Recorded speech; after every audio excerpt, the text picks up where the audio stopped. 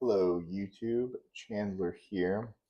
I'm coming to you solo today as Nathan has recently been let go from OverExposed Productions due to numerous complaints and some pretty disgusting on-set behavior.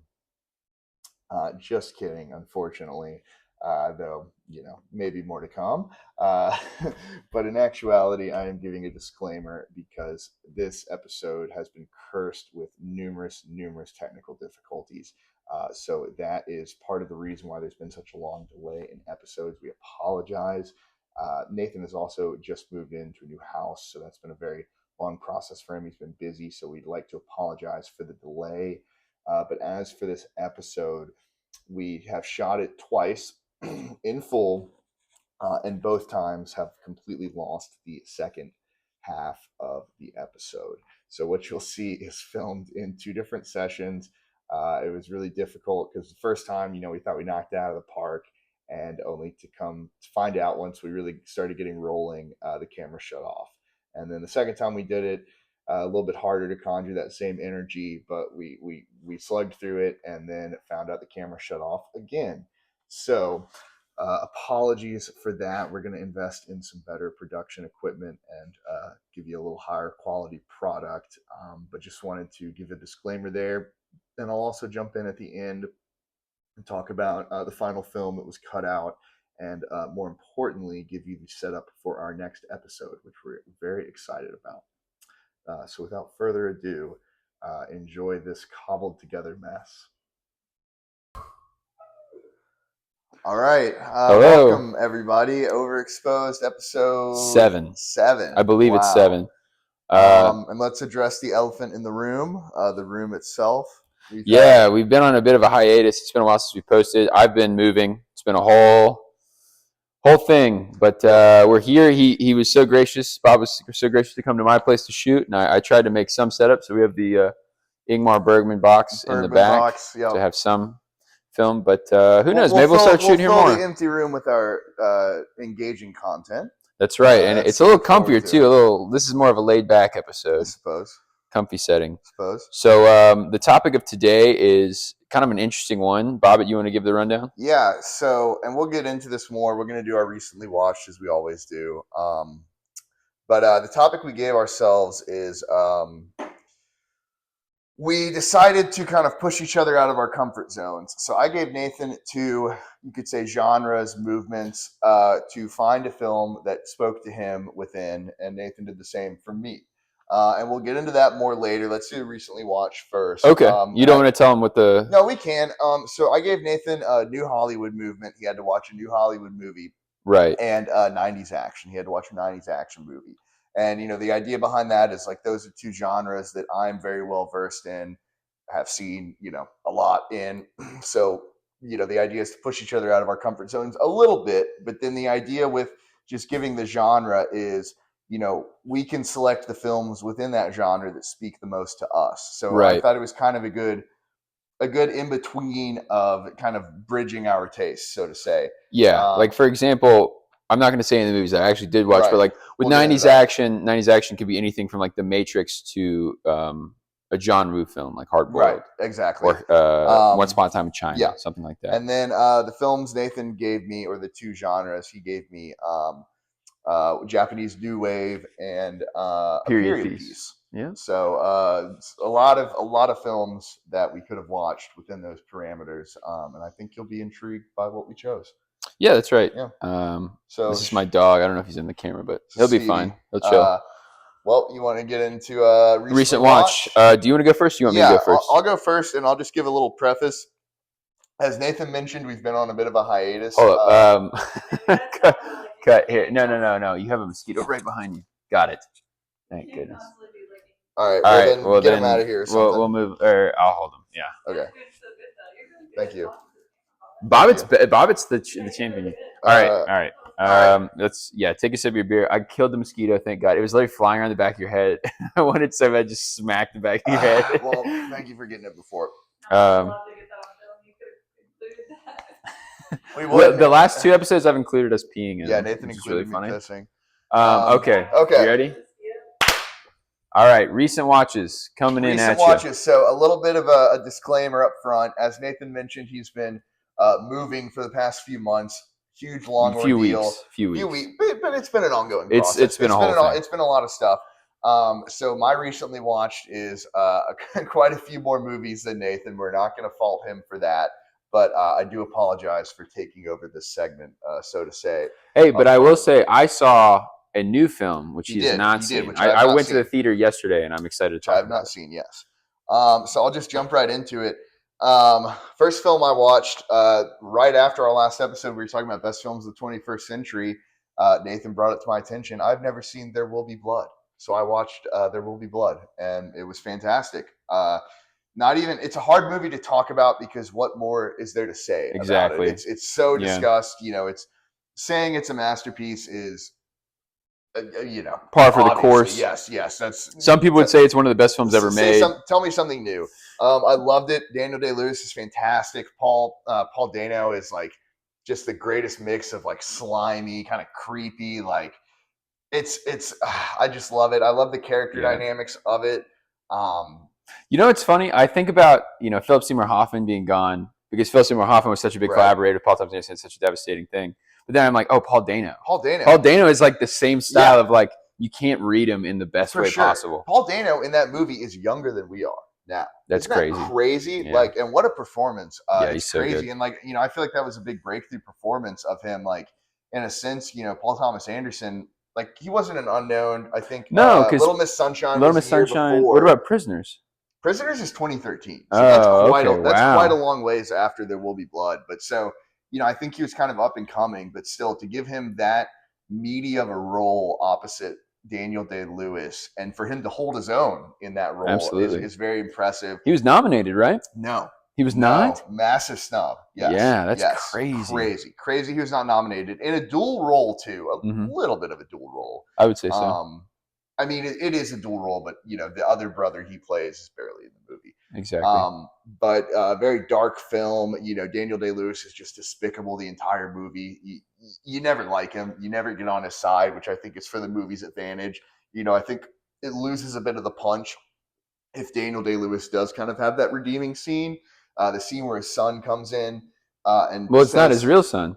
Well, yes, but for the purpose of the movie, it is his son, and then it's revealed in that scene. He calls him "boy in the basket," right? And he keeps saying that he's like "boy in the basket, boy in the basket," and it's just heartbreaking. You feel bad. You feel bad for the son, but you also feel bad for Daniel Day-Lewis because you're like, damn, this guy really like has nothing in his life that gives him joy.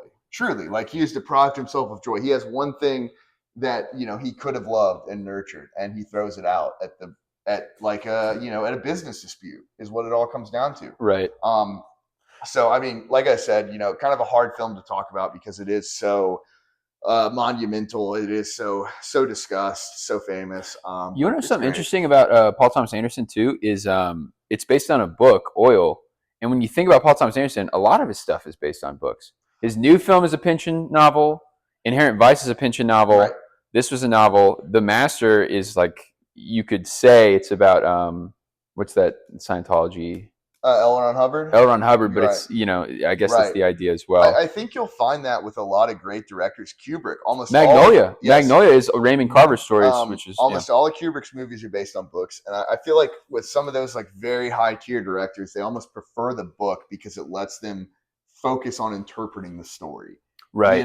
Absolutely. There are plenty fantastic directors that write their own material, but there are like, it is worth saying there are a lot of, the greatest directors of all time that kind of exclusively adapt books. And I do think it is a thing of like, all right. The dog's kind of apologies. I thought he would be relaxed, but he's not. I'm going to move him off camera really quick, but keep talking. We'll keep this in. Okay. So I'll get into the next one. While Nathan deals with that. And this one was a very, very special one for me, not because of the film, but because of the reasoning around it. And that was John Carpenter's 1980, I'm going to butcher this, 1983 film, I believe, Christine. And that is a very important film.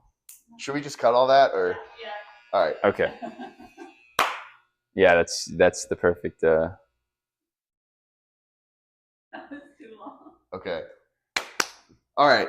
So I'm gonna just go ahead and jump into my next movie. As I said, I'm gonna kind of dominate this segment with Nathan. I've got 3 I'm going to talk about. Okay, so I'm gonna do one more, and then I'm gonna pass it Okay, off to you because I perfect. have a couple. So this next one, and I am going in chronological order of what I watch these films. And this one was John Carpenter's 1983 film Christine. And this movie is very, very important because not because of the film itself, but it marks me being a completionist of John Carpenter. That was the last of his 18 feature-length films I had not seen. That's right. And there's going to be a potential video essay coming not soon potential. on the There will channel. be. There will be. There will be. I'm gonna film some own content. I've created my list on Letterboxd. All 18 of his movies ranked in my rankings. If you know me, you probably know what number one is. It's not The Thing, Which is insane, but Thing is number two. But I do have a massive love for his filmography and him as a director. Christine as a movie itself, it's fine. It's got a lot of Carpenter in it. You know, it has his energy. You can tell it's a Carpenter movie. Maybe not his best, but I was very happy to end his filmography on that note rather than Memoirs of an Invisible Man or Ghost of Mars or one of his truly dreadful films. Christine, for me, slotted right squarely in the middle of his filmography. But it was a big undertaking. I was kind of intimidated to finally watch it because, you know, I don't know. It's like a big thing, you know, finishing a filmography that extensive. And I don't think he'll ever make another film. No, I don't think he will either. He'll score another film. Have you seen the thing where he talked about scoring the next Bong Joon-ho film? No, but that's I mean, awesome. it was kind of, they put him on the spot. Yes. Bong Joon-ho, either he was interviewing Bong Joon-ho for a live show or whatever, and Bong Joon-ho asked him, he was like, will you score my next film? And he was like, yeah. And it's like, you're in front of a large audience, like, you're going to say no? Like, And I think Carpenter has made it very clear that he is comfortable living out the rest of his life smoking pot and playing Xbox, which is what he's kind of the man. Yes, which is like, you know, if you're in his position and you're such a legend, you've made multiple genre masterpieces and are the godfather of body horror. Honestly, one of the biggest faces of horror, certainly 80s horror, maybe 100%. So like his legend status could not be cemented further, really. So I think, if you haven't seen interviews with him, go watch interviews with him because he says some crazy stuff about other directors that I love. Yeah, he's very out of pocket, outspoken, for sure. But so you'll get more content on that. I'll break down all my rankings. I have a lot to say about Carpenter. You know, on any given day, he could be my favorite director, but regardless of the mood, the vibe, he is top 5 for me easily. So awesome. Look forward to some more content from that. Some solo content we're going to try out. So perfect.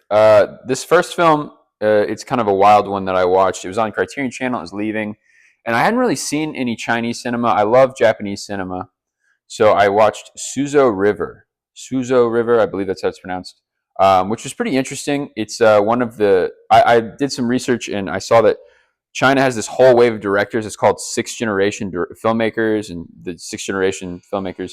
It was an interesting film. It showed the grittier side of Shanghai.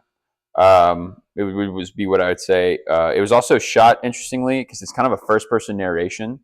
And you could tell it wasn't like made on a huge budget or anything because I think there's a lot of like censorship in China. Yes. So it's kind of like shooting from the hip, so to speak. There's not much I want to talk about with it. I would just say great story. It was a good story. You can tell he was a fan of like Wong Kar-wai and some of those directors. Cut. Hey, can you stop the dryer from doing that? I thought it would stop after a while. Just open it. Yeah. Okay. All right, you ready? Let me take a sip of beer. No, that's fine. I'm gonna have to edit the shit out of this one. That's okay. All right, you ready? Yeah. Like I said, I think I might repeat myself. We just had to cut for my dryer going off. Yeah, you can tell he's a fan of Wong Kar-wai. Yeah, it's kind of a beautiful love story.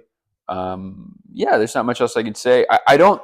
It was kind of a shame that I watched it because it is a great film. I gave it a good rating, but it didn't speak to me. And the next film I watched is kind of the same way, where I can appreciate it, but it didn't, blow me away. And there's nothing I found like particularly like, wow, this is mind blowing. But I am going to watch more of that wave of Chinese directors. Yeah, it's a huge blind spot for me. Personally, I think a lot of people, a lot of film nerds such as ourselves, even have a blind spot for Chinese cinema because it is kind of intimidating with the censorship. You're like, Right. how are they able to make a movie on par with some of the Western or even the Eastern cultures with that level of censorship? So, but then also I would say the flip side of that is it is interesting to see how Yeah, they it's cool to circumvent. see Yeah, exactly like but the restrictions they right, have but and how I they kind think of there is navigate a that. little bit of intimidation there, knowing Well, so the other one I wanted to know. watch, like I said, I've been moving, so I've been kind of cut for time. The other one I want to watch is like 2.5 hours. It's called Platform, and it's about a small village in China and how they react to like Mao Zedong's rise. Mm-hmm. And what I found really interesting about it, it's the only thing I'm going to say about it. I think the director is Simon Ling. I could be wrong about that. But Takeshi Kitano, Japanese director and comedian, actor, you name it. I love him. He funded that movie, which I thought was Oh, that's so cool. awesome. Isn't that Yeah, awesome? yeah, And so I yeah. was like, I got to watch that one. So That's that's cool. kind of the big one, I think, of this era of Chinese filmmakers. So That movement. yeah, that movement exactly. So all Cool. right, what you got All next? right. Like I said, I've seen a lot, so I'm gonna run through two and pass it back off to That's Nathan. fine. First one is Johnny Guitar, Nicholas Ray That's film. rules. I am a fan of Nicholas Ray. I love In a Lonely Place. Um, I need to make sure that Nicholas Ray actually directed that. You don't have your phone on you? No. Oh man.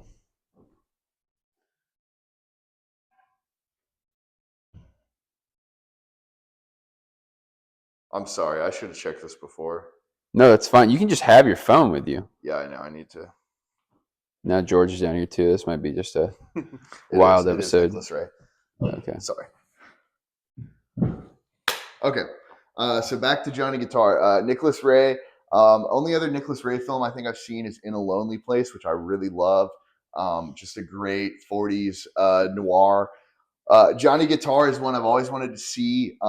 We're big New Vegas fans, and that Huge. song is played ad nauseum in Yeah, the a game. little too much, but I would disagree. I've never gotten sick of it. And it's not used. It's used very sparingly in the film. There's one wonderful scene where Joan Crawford is playing it on the piano mhm. as everyone kind of enters. But I've also heard I've heard things about Johnny Guitar that just intrigue me about it being a great anti-Western. It feels modern in a sense, or a movie that a modern audience could latch onto. It's beautifully colorful. It's a wonderful looking film. Joan Crawford obviously is amazing. Yeah, legend. Many stories of her being an absolute nightmare on set, which I think is really funny. Because people always talk about back in the day, actresses didn't get as much leeway or as much runway. So the fact that Joan Crawford she's in her 40s in this movie and is still the star of big studio movies and being an absolute menace on set, I think speaks more to her clout in Hollywood at Oh that yeah, time. she was. Right. Yeah, Like in a time where they're so willing to throw away actresses, the fact that Joan Crawford is getting away with like that behavior, like for instance, I read that all of her close-up shots she demanded be shot on a special set with lighting that she dictated. So like they could film entire scenes, and then for her close-ups they had to go back to set. But she's wonderful in it. It's a great performance. It's a Western led by a woman, which is very good. Her main rival in the film is also a woman, who they beefed on set, of course. yeah. But it's a great film. Shout out to my man Ernest Borgnine. We're all big Borgnine heads here. Is Sterling Hayden in that film? Sterling Hayden is Johnny Guitar. I love Yes, Sterling Hayden. yes. Huge Sterling Hayden Hayden is fan. Johnny Guitar. Which watching the film, I don't know if I'd call it Johnny Guitar. He's Really? not. He's not. He's Well, in it's the because the movie. ballad, the song. It is. It is. But he's not in as much in the movie as you would expect. But Ernest Borgnine plays one of the bad guys, which gotta love Ernest Borgnine. Yeah, it's Man. just great. It's colorful. It's lurid. It's a little lurid. I would really equate it to another Ernest Borgnine featured Western, Bad Day at Black Rock, in that they both are so vibrant, so colorful. They kind of feel like the anti-Western vibe. But yeah, it's just great. I really don't have anything much critical to say about it. It flows quickly. I have something I wanted to Yeah, say. yeah. This is for the Fallout New Vegas fans out there. You know why it's played so often Why? in Mojave Radio is because they had like 3 or 4 other songs that they were trying to get the rights to, and they They didn't. couldn't get it, And so so they they just just slotted that's in why it Johnny plays so Guitar. often. That's funny. Yeah, isn't that crazy? But it's a haunting song, and I don't quite know if it fits the movie that well. Like you listen to the song and it's so sad. Yeah, it's beautiful. It's beautiful and it evokes emotion. And the film is beautiful to look at, but like it didn't make me sad, so to say. So I love the song, love the movie. Them as a pair, I don't know. It's an interesting dynamic there. Okay, so the next movie I will talk about briefly is, excuse me, we are. I should mention too. We're sipping on some delicious Oktoberfest beer Nathan has acquired for us. This At is the authentic international market. Paulaner. Yes. Yeah, brewed in München. München, straight from München. Yep. Deutschland, yes. The other film I watched as part of this is Walter Hill's 1984 Streets of Fire. And I really liked this movie. It was a movie I've always wanted to watch, but I think I was a little intimidated because it's typically tagged as a rock opera or like a rock musical. And I would not call it that. There's a lot of scenes of music in it, but characters never break out into song. It's not a true musical. But you said you're intimidated by that, but you like Tommy. We've seen Tommy. I do and like you like Tommy, Phantom and of the I like Paradise. I like those movies. I don't love them. I really liked Phantom of the Paradise. Yeah, I did too, but I don't know. Either way, it's like I thought I was getting one thing, but then the musical numbers in the movie, it centers around a rock artist, Diane Lane, I believe, um, is kind of this rock superstar. So all the musical numbers in the film are her just performing at a concert, within the movie. Characters don't break out in songs, so I would not consider it a musical in that Okay. sense. But it's really funny. I'm sure Walter Hill and everyone making this were on copious amounts of cocaine, because the fact that this was made as a giant studio movie and anyone thought this would be commercially viable is hilarious. Got to shout out the villain in the movie is a young Willem Dafoe. That 1 rules. year prior to his wonderful turn into Live and Die in L.A., so a very young Dafoe. I'd say probably his breakout film. I know The Loveless is like 1981, but I can't think of anything prior to Streets of Fire that he's really big in. And they use him to the fullest extent. They style his hair to look like devil horns. They get him to make all these angry faces. It's just great. He talks in this ridiculous accent. The acting in the film, it's funny because the acting in the film, you can tell, is intentionally very wooden. The style of the movie itself is so bizarre because it's this combination of like 50s retro futurism in the sense of like they're driving these 50s cars, they're going to diners, like they're greasers, but then the environment around them feels more like Blade Runner. Like it's way dystopian and like very dark. Like Well, that goes right in hand with like what you're talking about, with like the heavy use of cocaine. Yes, oh certainly. They're like, this will look good. Just don't worry about it. It's a really funny mismatch of like two very distinct styles of like that couldn't be more different. Right, Yeah. exactly. Like it's like they're pulling up to what looks like the noodle market in Blade Runner, and then going to listen to jukebox tunes and like. Wow, I got to watch this. Yeah, it's wonderful. I love Walter Hill. Yeah, what else did he make? He made The Warriors. He made The Driver. Big fans of Drive. 48 Hours. If anybody out there likes Drive, see The Driver and realize how copied The Drive is. You will see like there is a car like shot for shot. I think it's like shot for shot taken in Drive. Both great films though. But yes, Walter Hill. I'm dying to watch Southern Comfort as the next Walter Hill film. I want to see. I like to see that too. But yeah, it's the other point I was going to say is I would say probably the third lead of the movie is Rick Moranis. And it's really funny because he's Rick Moranis. He's the comedic relief. Yeah, he's not funny. He plays the rock star's manager, so he's kind of more of just like a stick in the mud, or like a stick in the guy's ass. Like, but it's funny because I feel like the acting in the film is very intentionally wooden, But even with those parameters, you can tell that like Rick Moranis is like on another level than everyone else in the cast. Yeah.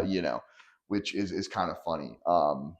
Willem Dafoe. I wish we got a little bit more Willem Dafoe in the movie. I get he wasn't a thing at the time, and it's kind of this just bug nuts ridiculous villain performance. So I get why we don't get more of him. But knowing what we know now, it's like let him cook. Let him like cook. Man. He absolutely chews scenery like it's a ham dinner in that movie. Like, but that's like I watched a video by Thomas Flight, famous film YouTuber, and he talks about Willem Dafoe's like training, and that's like his big training is like he like loves like kabuki theater, loves like Onibaba. Mm-hmm. So his whole thing is like overacting is kind of the point of it, And no, he fits in very well in this movie. I'd recommend it to anybody that's into like, as I am, cult curios. This is 100% a curio.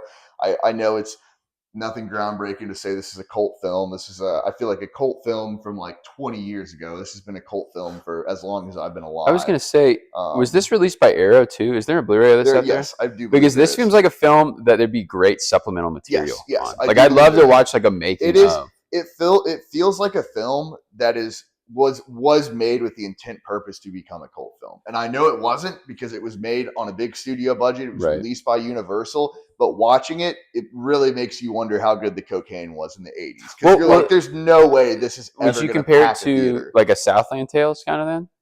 Because Southland Tales is like a huge Hollywood budget, and you're like, how would this ever be? Southland Tales is just like a guy getting unlimited money doing the blank check. He wants. Yeah, Streets of Fire is more like, I can kind of picture the boardroom being like, yes, like Grease was just a big hit, right? Oh, gotcha. Like rock musicals, that's in. So like, let's make a rock musical, but let's make it as weird as humanly possible. Mm-hmm. So like, it does have some of those elements of it, but like, it does feel like a film that the second it was released was gonna bomb and be destined for, a revival on VHS.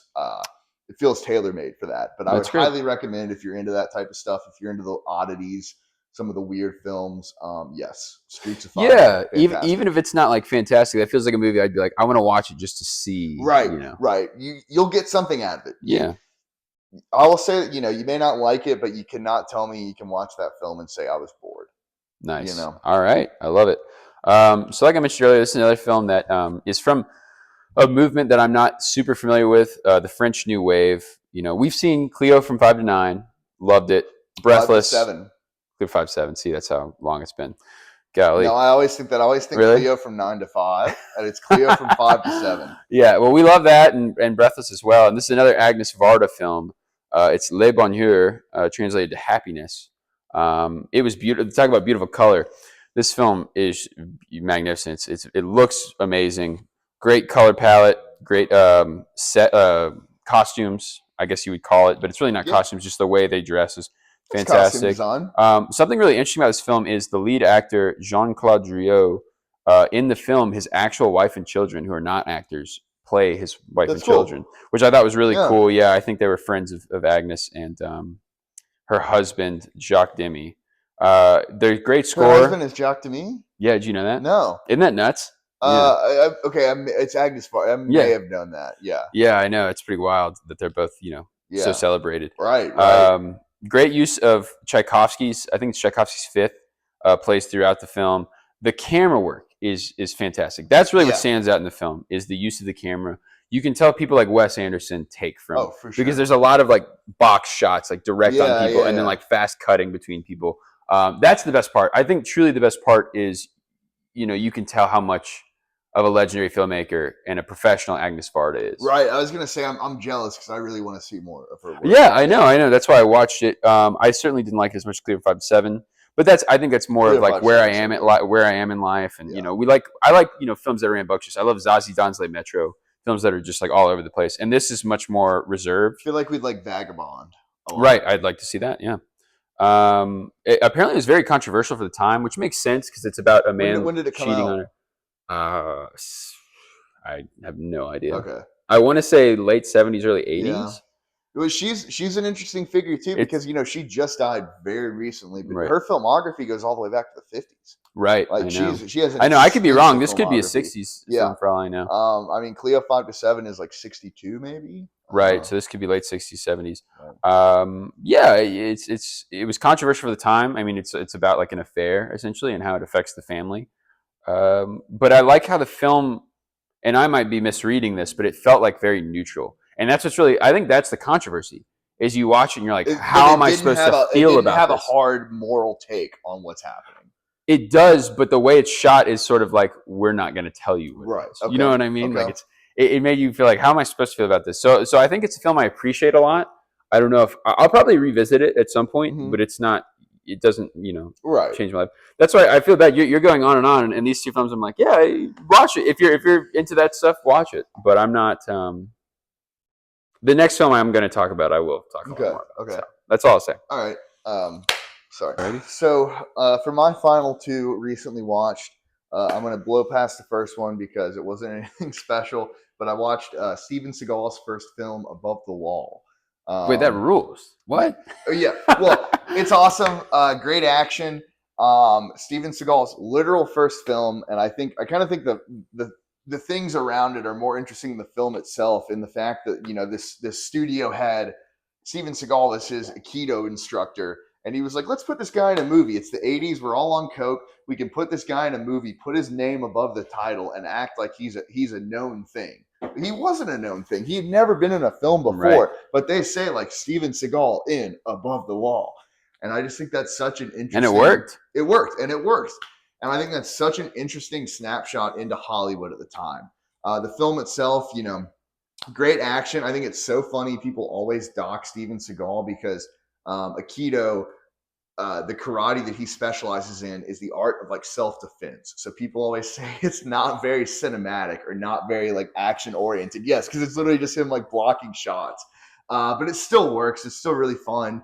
The villain is the great, we love Henry Silva. Shout out Henry Silva. Big fans. Massive fan. We love all of his Polizio work in the That's Polizio right. genre. Caliber 9 does not get enough to do in the film. You got a big heavyweight villain like that in a B movie. Let him cook. He doesn't get to chew nearly enough scenery as we know he can.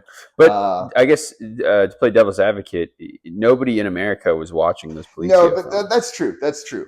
But I mean, he was still known. Like he'd been in B movies in America. Like he's in Alligator. He's in nice. Not a B movie, but he's in the original Ocean's Alligator 11. with Robert Forster, correct? Yes, correct. Hey, great music. I have For one. Alligator? Yes, one of the songs is I saved on my. I say American. I think that's one of the many B movies of the '80s. It's actually Italian, but was filmed in America, so to say. But yeah, I wish they would have let Henry Silva chew a little bit more scenery. I mean, those jaws are just made for chewing scenery. Seriously. Very good, very good. But Sharon Stone plays his wife in the movie and barely gets like 2 lines. It's kind of crazy. Yeah. And like I know Basic Instinct isn't for another 3 years. I think this movie came out in '89, but she'd still been in stuff. Like she's in the Alan Quartermain series. She's in Total Recall, right? Yes, she is, which is 1990, so like the year after. So it is kind of crazy that she's in that movie as Steven Seagal's wife and barely gets 2 lines of dialogue. Yeah, that could have been Steven Seagal's choice. Maybe, It's yeah. like, don't let her talk. Maybe he's like cut the woman. But Steven Seagal is like, he's not bad. Like he is kind of charismatic. Like he is very wooden. He's very flat. He's ridiculous. He's very wooden. He's very flat. But you don't watch the movie and be like, how the fuck did this guy get 6 other movies made? You're like, okay, I kind of get it. I really want to watch the rest of kind of his legendary 90s run. The only other ones I've seen both of the Under Siege movies. I feel like Under Siege 1 is probably his most well-known of that run, or just in general. But yeah, I was really happy to watch that because his 90s, not his 90s run, his only run, has been high on my watch list for a long time. See, I would like to watch his later films. And there's a famous podcast that's no longer going on, Come Town, and their clip on Steven Seagal on YouTube is well worth the watch. It's so funny. They cover all of his later stuff, and it's See, I'd like to see that stuff just because it's so out of pocket. Well, go to your local Redbox and you can find about 5 of them. That's good. Yeah, good point. And then the last film I'll talk about I watched for the first time ever is Alfred Hitchcock's The Birds. Nice. Interesting film. His follow-up to Psycho, which is crazy to think about, right? Like Right. he made like one of the most monumental films of all time and followed it up with like kind of this like it's kind of like a ridiculous. I mean, it is a But it's ridiculous premise. yeah, it's based off of a story. Daphne du Yes, Maurier, it yeah, he was is. like It one of is. England's like Yeah, great it writers. is. She But wrote Don't Look Now as well. I've read The Birds. I've not seen the film, but it is still funny that that is his follow up to Psycho. Like yeah, yeah, knowing, Hitchcock's legacy. Excuse me. But it is a fantastic film. Um, it kind of lost me in the beginning. I won't lie. The lead up takes a little while, but then once the birds start attacking, some of the scenes. There's a scene where Tippi Hedren is trapped in a phone booth that I think is just so well done. I mean, obviously, the birds attacking do not look good in 2025. It's a 50, yeah. 60-year-old movie at this point, actually, but it's still scary. And then the final scenes, the final sequences where they're leaving, and all the birds, all the crows are like scattered around the farm, just staring at them. So good. A movie that will forever be tainted by the Simpsons parodies that I have ingested copious amounts of times first before seeing the film. I always think of the Hans Moleman bit where he's in the phone booth. He asks, I need the biggest seed ball you have. And then he says, no, that's too big. Yeah, It's just silly Simpson stuff, but it's so funny. But it's a great film. It's I don't know how scary it is, but like I was certainly impressed with some of the set pieces in it.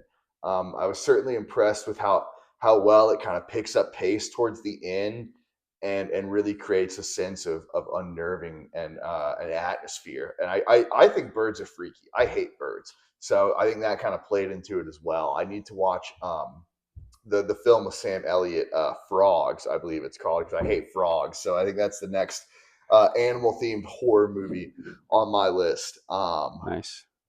But yeah, I don't have too much to say about the birds. Just like I'm trying to get through all the big Hitchcocks. I was gonna say it's kind of like There Will Be Blood, where it's like, what more can I say? Exactly. Yeah. Like I'm not going to say anything revolutionary.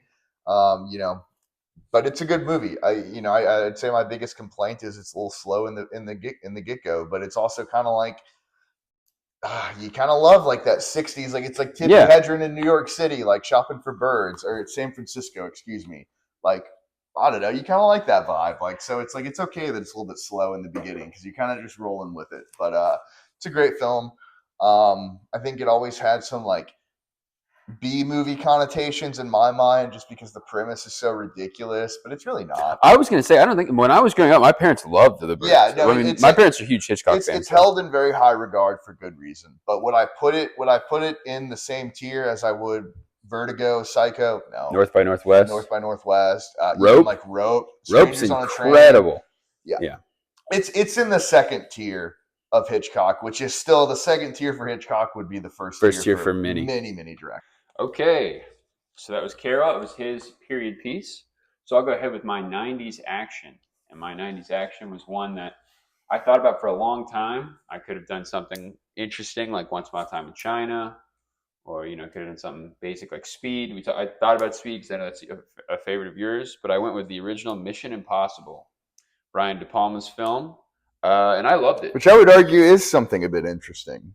Yeah, I guess, but I mean, I think it's a common when you think of '90s action. It is, yes. It's obviously a massively popular film, but it is kind of this good intersection of, and I don't want to take over your segment, No, but yeah, go ahead. Brian De Palma's DNA is all over it. Oh, absolutely. Yeah. I have that note of like, there's certain shots in this film that you can tell are like, oh, this is Brian De Palma. So it is kind of this wonderful intersection of like big blockbuster '90s action, and then like a very provocative auteur that we're big fans of. Right. And I had mentioned previously when I listened to the A24 podcast with Bill Hader and Ari Aster talking, they mentioned like all of the writers on this film were like huge old Hollywood writers. So it was really interesting. Right. I'm not going to pretend like it's not some story you're going to see and be like, whoa, that's blew my mind. Here's a spoiler. That's not the point of it, though. Yeah, here's a spoiler. As soon as John Boyd was on the screen, I was like, you know that he's turning bad. But I'm a huge John Boyd fan. We're big John Boyd, not as much as an actor, more of his personality. Yeah, his personality, right? Yeah, certainly.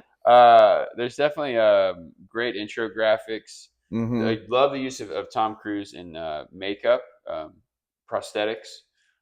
Location Green in Prague. after the Yeah. initial moment Yeah. where they go to the place with the aquarium. I want to know. I didn't research it, but I'd like to know if that's a real place or not. Because Probably. immediately I was like, "Oh, Yeah. that's such an awesome scene." It's definitely has some good location shooting in the film. Why is Emilio Estevez not credited? I don't know. He must have just been around and been Yeah, like, "Hey, can I get in on this?" And then is yeah, for brutally sure. killed in the very first scene. Right. Uh, Oh yeah, we talking about De Palma, the scene where Tom Cruise is hovering down into oh, that the most room. famous scene of the movie. Yeah, And I always forget the guy's name. Jean Reno. Jean Reno. The fact that it's like a rat bothering him in the tunnel, and he's later He's the working with rat. John Woo is Yeah, like, golly, so it's good. And such just a De the Palma whole moment. idea of when he lowers in from the ceiling just feels like such a De Palma Right. thing. It's very cool though. He's got the discs. Yeah. Mm-hmm. Are you familiar? Have you ever seen any episodes of the TV show? Mission Impossible? Yeah. No, I Okay. haven't. No. It's pretty cool. I mean, I can't like say I'm a big fan or anything, but I've caught a couple episodes on TV, and it's cool for what it is, I would say. Yeah, yeah, for sure. I totally So believe that. it's kind of an interesting franchise, and the original idea, kind of how that movie came to creation, is Tom Cruise wanted to, before things went off the rails with it, initially hire interesting directors and writers, like you mentioned. That's why Right. it's Brian De Palma. Second one is John Woo, then J.J. Abrams. So it is kind of an interesting idea for a franchise where an actor is actually the kind of main driver of the Right. IP or Yeah, something. that's very He's cool. kind of the main creative force behind it, but is kind of wanting to leverage other people's artistic I was styles. gonna say that, but I mean, it's Ethan Hunt, right? Yep. Yeah, I mean, Yeah. it's like Tom Cruise is like you couldn't see anybody else in the role. No. It No. works No. perfect. He Maybe he embodies is it. now, but Yeah. yeah, I mean, even No. then, you could tell he has a lot of confidence in No. what he's doing. He's fantastic in the film. Yeah. Some hilarious stuff in there. The film really consists of three big Set missions. pieces. Missions. Yeah. Missions. Yeah. The ending one's incredible on the train. Mm-hmm. Obviously, fantastic. I'm trying to think of anything else I have on there. Oh yeah, I mean Ving Rhames. The Yeah. laptop instructions are ridiculous. Like when he's on the train trying to block them down, like he literally just types in "send jamming signal," and it's like it was the '90s. We didn't know any better. right. Well, yeah. All in all, I mean, it definitely makes me want to watch some of the other ones. Yeah. Yeah, I mean, it's like the definition of a good popcorn film. Like I sat down, I was like, For oh, it's gonna sure. be kind of long, and it just flew by. Yeah. And I was like, it's already over. Like I want to keep Right. watching. Right. You want to see more? Yeah. Yeah. There's a reason they made 8, I think, of them. Right. Yeah. Yeah. It's incredible. All right. Alrighty. Next up for you, the Japanese New Yes, Wave my assignment was Japanese New Wave. So I picked Hiroshi Teshigahara's Face of Another, which I thought was a masterpiece. Yeah, absolutely fantastic. Because that's was one of my favorites for a really long It's time. one he really liked. Availability of films was a bit of a struggle with this one. I really wanted to watch Death by Hanging or even Onibaba, and Right. I was having trouble finding them. Honestly, even just looking to rent them with money. So I ended up, they had Face of Another, they had a couple of the Teshigahara films on Criterion, and they had some of the Suzuki films, but this Suzuki stuff, I have seen Tokyo Drifter. And you've seen Ready to Kill too, right? I've seen part of it. I really need to. I don't want to consider myself as having seen it, but we also have seen Pale Flower. Pale Flower is another great one. He's a big new wave guy, but Yeah. the Suzuki stuff almost felt a little bit too up my alley. Like, Right. I know what I'm getting from those films, and I know I'm into it. And I know he's a big fan of Face of Another, so I thought that would kind of be a little bit truer to this topic, in that it is kind of intended to push us a bit out of our comfort zones. Right. But it's fantastic, man. It was kind of a hard sell at first because the lead, played by the legendary Tatsuya Nakadai. I don't know how to pronounce his last name. Nakadi. As good as I can. Right. Legendary Japanese actor. I think he said in the Lost episode, between him and Toshiro Mifune, probably like the two biggest Japanese actors. Oh, yeah. You said he's kind of more the leading man, while Toshiro Mifune is more of like the character actor of the two. What I would say. He's great in High and Low. He's great. High and Low, Human Condition. He's the lead of Ron, which I've never seen. Kagemusha as well. But his character in the beginning is just insufferable, just a miserable person. Well, when you told me about it, I told you it was kind of a mix for me between Seconds and like Taxi. Yeah, which is a very apt comparison, I would say. Seconds came out the exact same year. Isn't that crazy? Yeah, So it joins the like of Friends with Benefits and No Strings Attached, or right. Armageddon and Deep Impact in this, these. Hello, Chandler here again. I'll just give you a rundown uh, of what was cut off at the end here. So we discuss Nathan's new Hollywood pick, which is Jerry Schatzberg's 1973 film Scarecrow, starring Gene Hackman and Al Pacino. We talk about how this is such a perfect new Hollywood film in so many ways. It's a road hangout movie. It's very shaggy, with a terribly bleak and depressing ending, which are all just so emblematic of this movement. The actors as well. Something we don't get into as much in the lost footage, but I think is important to note is two extremely important new Hollywood actors as well. I mean, if you even think about it, Gene Hackman is co-star Bonnie and Clyde, the original new Hollywood film all the way back in 1967. So he's certainly a new Hollywood icon. French Connection, I think, certainly would be considered new Hollywood, and this film, obviously, and many others. And then, Al Pacino, I think, goes without saying, is a new Hollywood icon as well. The Godfather, you know, all pretty much his whole '70s run. This movie, um, Panic in Needle Park, which we talk about a little bit, also directed by Jerry Schatzberg. We talk about that film, especially, and Scarecrow being a big influence on the Safdie brothers, especially their film Heaven Knows What. So, we certainly think that's cool. We both enjoyed Scarecrow, and that's really neat to be able to see its influence so directly today in films we love. And it's certainly, you can see it in watching the film. You can see that Safdie brothers DNA in its origin. We talk about some of the more troubling aspects. Shouldn't say troubling, but some of the more disturbing aspects of the film, because it does go very dark at times, especially Al Pacino's sexual assault, to put it pretty lightly. Nathan talks about how it's pretty crazy that happens in a film, and people don't really. I feel like that's not really acknowledged much. Um, in the career of such a legendary actor. Um, and maybe a bit telling why this film may not be more known. But we do also touch on this film having a bit of a renaissance right now, if you will. I think it gained a lot of traction being on the Criterion channel. I think the letterboxed engagement with it is kind of telling of it getting a bit of a revival right now. And everything I've seen on it, most everybody that has, been discovering it recently really likes it. I'm sure that's not entirely true, but the larger sentiment I've seen is a lot of people discovering it and really enjoying it, which we did as well. So that's a very brief summary of probably a 10 or 15-minute conversation on the film Scarecrow. But I think the more exciting thing and more important thing that I would like to add in here is the part that got cut about us talking about the setup for our next episode. Something we're very excited about.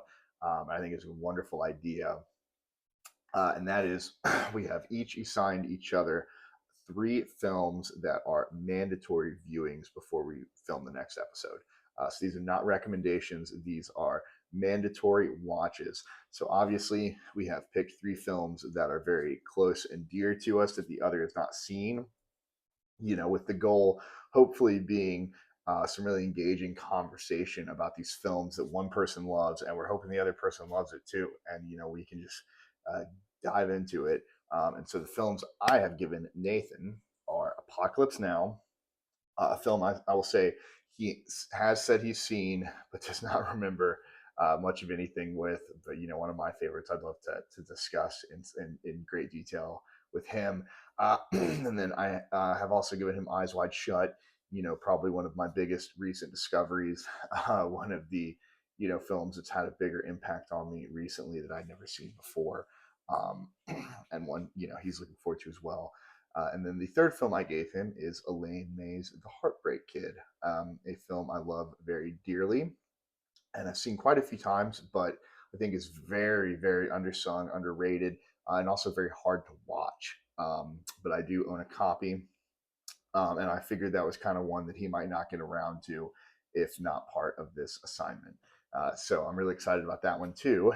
And then the three he has assigned to me, since Lars von Trier is a big blind spot of mine and one of his favorites, he's given me Melancholia, which I'm very excited to watch. And I should also, um, I feel like he would want me to mention, he originally wanted to give me Dogville, which is his preferred Lars von Trier film, but felt bad for giving me multiple movies over 3 hours long. Because in one of the other films he's given me is Love Exposure.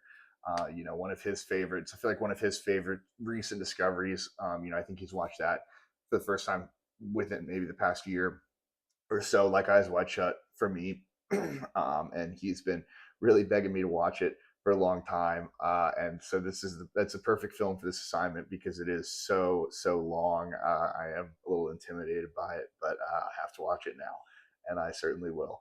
Um, and then the third film he gave me, we both traded Stanley Kubrick films as he has given me The Killing, a film he really loves, and I think was maybe spurred by our Sterling Hayden mention earlier in discussing Johnny Guitar.